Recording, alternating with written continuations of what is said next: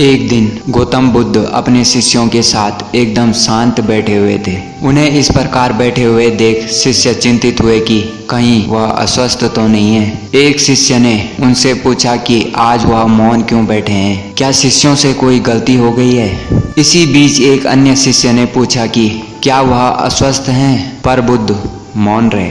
तभी कुछ दूर खड़ा व्यक्ति जोर से चिल्लाया, आज मुझे सभा में बैठने की अनुमति क्यों नहीं दी गई है।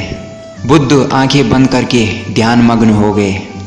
वह व्यक्ति फिर से चिल्लाया, मुझे प्रवेश की अनुमति क्यों नहीं मिली। इसी बीच एक उदार शिष्य ने उसका पक्ष लेते हुए कहा कि उसे सभा में आने की अनुमति प्रदान की जाए। बुद्ध ने आंखें खोली और बोले, नहीं, वह अछूता है, उसे आज्ञा नहीं दी जा सकती। यह सुनकर शिष्यों को बड़ा आश्चर्य हुआ। बुद्ध उनके मन का भाव समझ गए और बोले, हाँ, वह अछूत है। इस पर कई शिष्य बोले, हमारे आश्रम में जात पात का कोई भेद ही नहीं, फिर वह अछूत कैसे हो गया।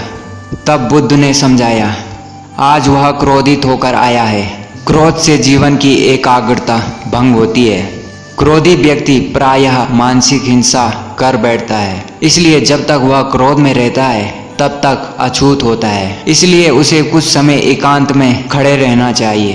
क्रोधित शिष्य भी बुद्ध की बातें सुन रहा था। पश्चाताप की अग्नि में तपकर वह समझ चुका था कि अहिंसा ही मनुष्य का महान कर्तव्य व परम धर्म है। वह बुद्ध के चरणों में गिर पड़ा और कभी क्रोध न करने का प्रण लिया। इससे हमें यह शिक्षा मिलती है कि क्रोध के कारण व्यक्ति अनर्थ कर बैठता है और पश्चाताप उसे बाद में होता है, जिसका कोई लाभ नहीं मिलता। इसलिए हमें क्रोध नहीं करना चाहिए। असल मायने में क्रोधित व्यक्ति अछूत हो जाता है और उसे अकेला छोड़ देना चाहिए। क्रोध करने से तन, मन और धन तीनों की हानि होती है। क्रोध से ज्यादा हानिकारक कोई और वस्तु नहीं है।